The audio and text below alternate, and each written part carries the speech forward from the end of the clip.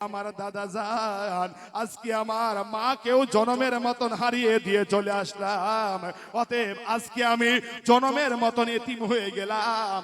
বলেন তো Abdul Muttalib বৃদ্ধ মানুষ কি করবে? আব্দুল মুত্তালিব নিজেকে ঠিক রাখতে পারলো না। আব্দুল মুত্তালিব যেন চোখে যেমন একটা গাছ কেটে দিলে যেই রকম করে পড়ে যায়, আব্দুল মুত্তালিব যেন ওই রকম হয়ে গেলেন। আর মনে মনে বলেন, হায় রে, এখন আমার এই ছোট্ট আমার এই সন্তানের, আমার এই নাতির কে দায়িত্বভার গ্রহণ করবে? আব্দুল মুত্তালিব বলেন যে আমি এই কথা বলে আমি আমার নাতিকে নিয়ে নিলাম। আর আমি দেখলাম যে এই নাতির চোখের যেন পানি আর যেন শুকাই নাই। 6 বছর বয়সে নবীজির আব্বা ও মাও চলে গেল, আব্বাও চলে গিয়েছে। অতএব রাসূলুল্লাহ পৃথিবীর ভিতরে 1 নম্বরের এতিম, আল্লাহর নবী এতিম। এই রাসূলুল্লাহ এতিম হয়ে ধরার বুকে জীবন পদার্পণ করলেন। দাদার কাছে মানুষ হতে শুরু করলেন। 1 2 3 4 বছর যায়। আল্লাহর নবীর বয়স যখন 8 বছর হয়ে গেল, দাদা আব্দুল মুত্তালিবের যেন মনটা আর ভালো লাগে না। মনে হয় আব্দুল মুত্তালিব আর দুনিয়াতে বেশি দিন থাকবে না। আব্দুল মুত্তালিব বললেন, তার সমস্ত ছেলেদেরকে ডেকে বললেন, ওরে আমার বেটারা, তোমরা আমার সামনে এসে যাও। সবাই তখন আব্দুল মুত্তালিবের সামনে আসলেন। আর আসার পর তখন আব্দুল মুত্তালিব বলতে শুরু করলেন, ওরে আমার বেটারা, তোমরা শোনো, আমি আব্দুল মুত্তালিব মনে হয় আর আমি দুনিয়াতে থাকবো না। অতএব শুনে নাও, আমি আব্দুল মুত্তালিব, আমি মরে যাওয়ার পূর্বে দেখবো এই এতিম মুহাম্মাদের দায়িত্ব কে তোমরা গ্রহণ করবে, কে তোমরা নিবে। তার ভিতর থেকে একটা ছেলে দাঁড়িয়ে বলেছিল, ও আমার আব্বা জান, আপনি চিন্তা করবেন না, আমি এই ছোট্ট এতিমের দায়িত্ব নিয়ে নিলাম। ওই মানুষটার নাম হলো আবু তালিব। বলেন কি নাম? আবু তালিব।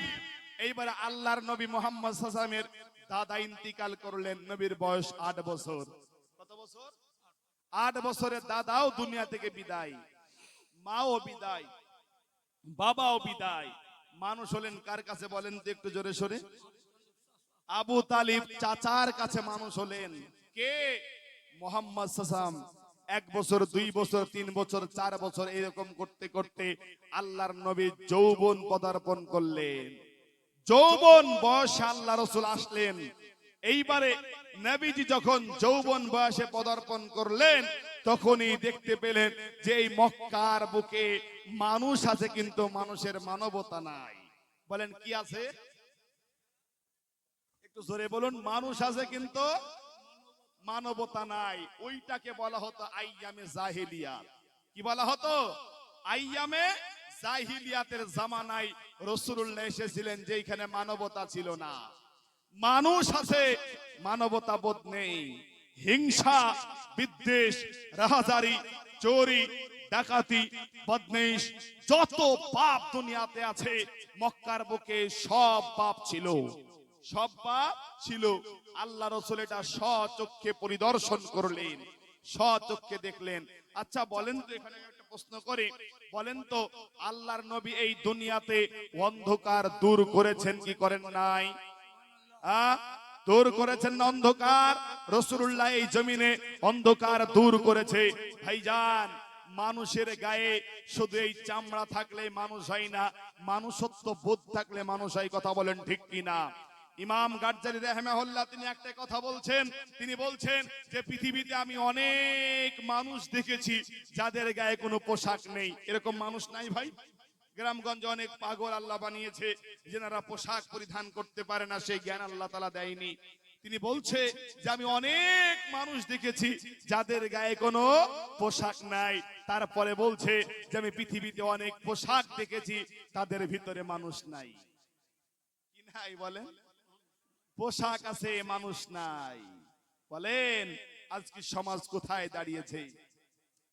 উদাহরণস্বরূপ আপনাকে বলি, রাস্তায় রাত 2টোর সময় আপনি এখান থেকে বেরিয়ে যাবেন, আপনাকে আপনার বাবা বা আপনার ছেলে বলল, আব্বা একটু সাবধানে যায়েন। আচ্ছা বলেন তো, সাবধানে যায়েন এটা ভয় কেন দেখালো? মানুষের ভয় না জীবজন্তুর ভয়? একটু বলেন। আচ্ছা কথা আমার বোঝা যায় না ভাইজান? মানুষের ভয় কারণ ফাঁকাতে যায়ও না বাবা। টাকা যদি থাকে, যদি শুনতে পায়, তোমার কাছে কুকুর আসবে না, শুকুর আসবে না, মানুষে তোমাকে ধরবে। কথা বলেন ঠিক কিনা? মানুষকে দেখে যদি মানুষের লাগে এত ভয়, আমি বলবো দুনিয়াটা পশুদের মানুষের নয়। ভয় কাকে লাগে ভাই? সাপ বিচ্ছু এসব দেখে মানুষের ভয় লাগে ক্ষণিকের। আর মানুষকে দেখে মানুষ এখন ভয় করে না ভাই? মানুষকে দেখে যদি মানুষের লাগে এত ভয়, আমি বলবো দুনিয়াটা পশুদের মানুষের নয়।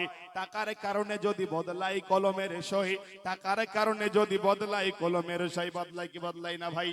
টাকার কারণে যদি বদলাই কলমের সয়, আমি বলবো দুনিয়াটা পশুদের মানুষের নয়। গরিব যদি কাঁদে না খেয়ে, গরিব যদি কাঁদে না খেয়ে, বড় লোক ধনী হয় সুদের টাকায় যেন রাজপ্রাসাদ তৈরি করে, আমি বলবো দুনিয়াটা পশুদের মানুষের নয়। দুনিয়াটা কার ভাই?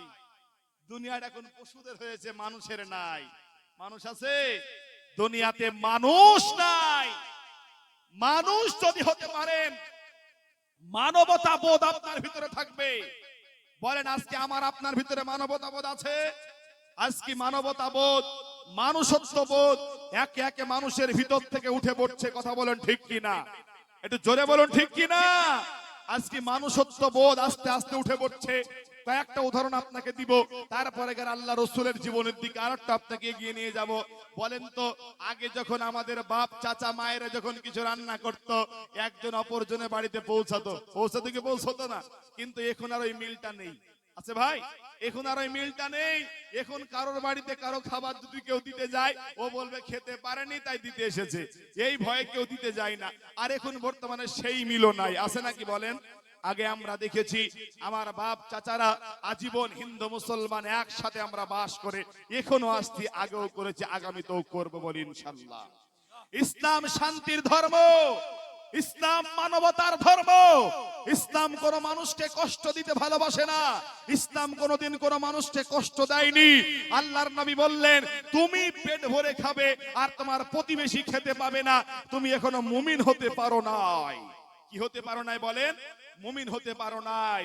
আপনার বাড়ির পাশে একটা অমুসলমান বাস করে, যে অমুসলমান, কিন্তু আপনি পেট ভরে খাবার খেলেন, পর বাড়িতে দুখানা ছেলে নিয়ে কষ্টের সাথে দিন কাটে, আপনি একবারও খোঁজ দিলেন না ভাই। আপনি যা হতে পেরেছেন তাই পেরেছেন, মানুষ হতে পারেননি। কি পারেননি বলেন?